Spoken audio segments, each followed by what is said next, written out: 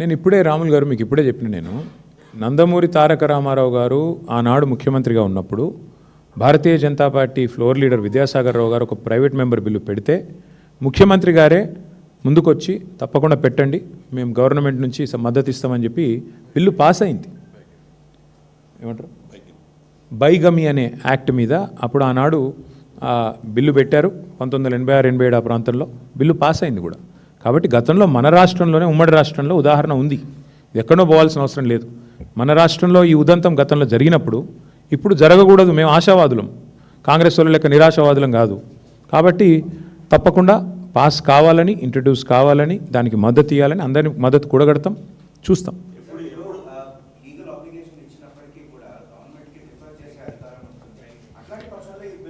Speaker గారికి ఉంటుంది. No assembly అల్టిమేట్గా you have to remember one thing.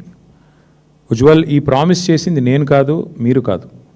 ఈ ప్రామిస్ 6 గ్యారంటీలకి మొదటి క్యాబినెట్లోనే చట్టబద్ధత కల్పిస్తామని చెప్పింది ఎవరు? రాహుల్ గాంధీ గారు.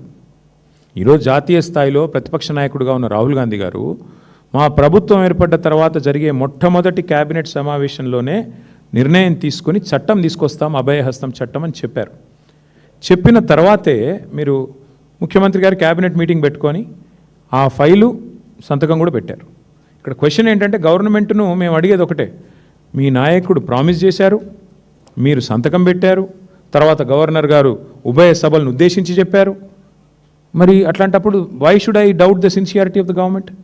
మేబీ ఫైల్ దొరకట్లేదేమో, మేబీ ఫైల్ ఎక్కడ పోయిందేమో, అందుకే మేము పెడుతున్నాం. మేము పెట్టినప్పుడు బేసిస్ ఏముంది? మద్దతు ఇవ్వచ్చు కదా, తప్పేముంది? ప్రజల తరపు మేమైనా వాళ్ళైనా పనిచేస్తుంది ప్రజల కోసం. ఇంప్లిమెంట్ చేయకపోతే డెఫినెట్గా మరి ఏం చేయాలో మేము కూడా తెలుసుకుంటాం. ఎందుకంటే 23 డిసెంబర్లో మీరు రాష్ట్ర ప్రజల్ని, శాసనసభని, శాసన మండలిని తప్పుదోవ పట్టించి ఫైల్ సంతకం అయిపోయిందని చెప్పి 26 దాకా ఫైల్ దొరకకపోతే definitely wheel explore legal remedies. లీగల్గా కూడా మాకు కూడా ఏం చేయాలో చూడాలి కదా, న్యాయ నిపుణులను అడుగుతాం. ఇట్లా మరి ప్రభుత్వం ఓపెన్గా చెప్పి మొత్తం రాష్ట్రాన్ని తప్పుదోవ పట్టించి ప్రభుత్వం సంతకం పెట్టిన తర్వాత ముఖ్యమంత్రి గారు మళ్ళీ ఇంకో చిన్న విషయం కాదు, సంతకం పెట్టి అవసరమైతే ఆర్టీఐ చట్టం కూడా ఉంది కదా, రైట్ టు ఇన్ఫర్మేషన్, దాని కింద అడుగుతాం, ఆ ఫైల్ కాపీ ఇవ్వమని అడుగుతాం.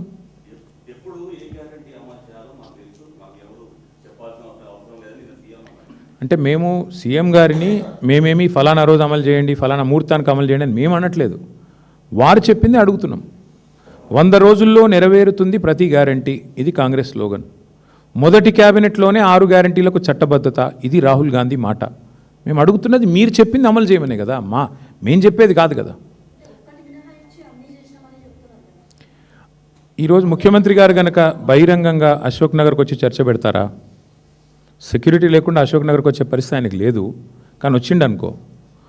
ఒకటి మాత్రం వాస్తవం, ఈరోజు ఏ రాష్ట్రంలో ఏ రచ్చబండకు పోయినా, ఏ ఊరికి పోయి చర్చ పెట్టినా రాష్ట్ర ప్రజలు చెప్తారు, నేనో మీరో కాదు కదా విజయ్ గారు, రాష్ట్ర ప్రజలు తెలుస్తారు ఎన్ని అమలైనాయి ఎన్ని కాలేదు అని. ఒకటి తప్ప అన్ని అమలు అంటున్నారు, నేను అంటున్నా ఒకటి తప్ప ఏది అమలు కాలేదు నేను అంటున్నా. ఒకటి కూడా కాదు, అది అర. మహాలక్ష్మిలో ఒక అర మాత్రం అమలైంది, ఏది? ఆ ఫ్రీ బస్సు. అది తప్ప ఏం అమలైంది ఈ రాష్ట్రంలో? 2500 అమలైందా? 4000 పెన్షన్ అమలైందా? 6000 దివ్యాంగులకి అమలైందా? ఏది అమలైంది? ఎక్కడ అమలైంది? విద్యా భరోసా కార్డు అమలైందా? రైతులకు 15,000 రూపాయలు అమలైందా? ఇవన్నీ వారి గ్యారంటీలో ఉన్నాయే కదా. చట్టబద్ధతాన్ని ఎందుకు మేము ఇంత నొక్కి వక్కానిస్తున్నాం, ఎందుకు ఇంత పదే చెప్తున్నామంటే ఈ సెక్షన్స్ అన్నిటికీ రాష్ట్రంలోని 1,68,00,000 మంది మహిళలకి, అట్లాగే రాష్ట్రంలోని 70 లక్షల మంది రైతులకి, రాష్ట్రంలో ఉన్న 25 లక్షల పైచిలకు విద్యార్థులకి అందరికీ చట్టం ద్వారా ఒక హక్కు వస్తుంది. ఆ హక్కు ద్వారా గవర్నమెంట్ గల్లా బట్టి నిలదీసి డబ్బులు ఇస్తావా చస్తావా, ఇవ్వకపోతే కోర్టుకు పోతే కోర్టు మొట్టికాయలేసి చట్టం చేసినావు కదా ఎందుకు ఇవ్వవు. ఇప్పుడు ఒక ఉదాహరణ విజయ్ గారు, ఇప్పుడే ఇక్కడ గోషామహల్ నుంచి కొంతమంది ప్రజలు వచ్చారు, సోదరులు వచ్చారు. అన్న మా భూమి పోతుంది, ఉస్మానియా హాస్పిటల్ ఏదో కొత్తది కడుతున్నారు, మా ఇండ్లు గుంజుకుంటున్నాను వచ్చిండ్రు ఒక 20-30 మంది. వారు మా లాయర్లకు కల్పించినాం మేము లీగల్ సెల్కి. వారికి ఏం చెప్పాము తెలుసా? అమ్మ మీకు చట్టం ప్రకారం ఇంత కాంపెన్సేషన్ రావాలి అని చెప్పాం. ఇలా చట్టమే లేకపోతే 2013 భూసేకరణ చట్టమే లేకపోతే వాళ్ళకి ఎవరు దిక్కెవరు ఈ దేశంలో? గవర్నమెంట్లు ఇష్టం వచ్చినట్టు చేస్తాయి కదా. అందుకే చట్టం చేయాలంటున్నాం. ఆ చట్టమే లేకపోతే ప్రజలను ఇష్టం వచ్చినట్టు బురిడి కొట్టించే పార్టీలు ఉన్నాయి కాబట్టే చట్టం చేయాలంటున్నాం. మీకు చట్టం వాళ్ళు చేస్తలేరు కాబట్టే మేము చేస్తున్నాం. చేసి ఆ చట్టం మేము చట్టసభలకు ఇయ్యాలే అర్థం లేకుండా పోయింది విజయ్ గారు.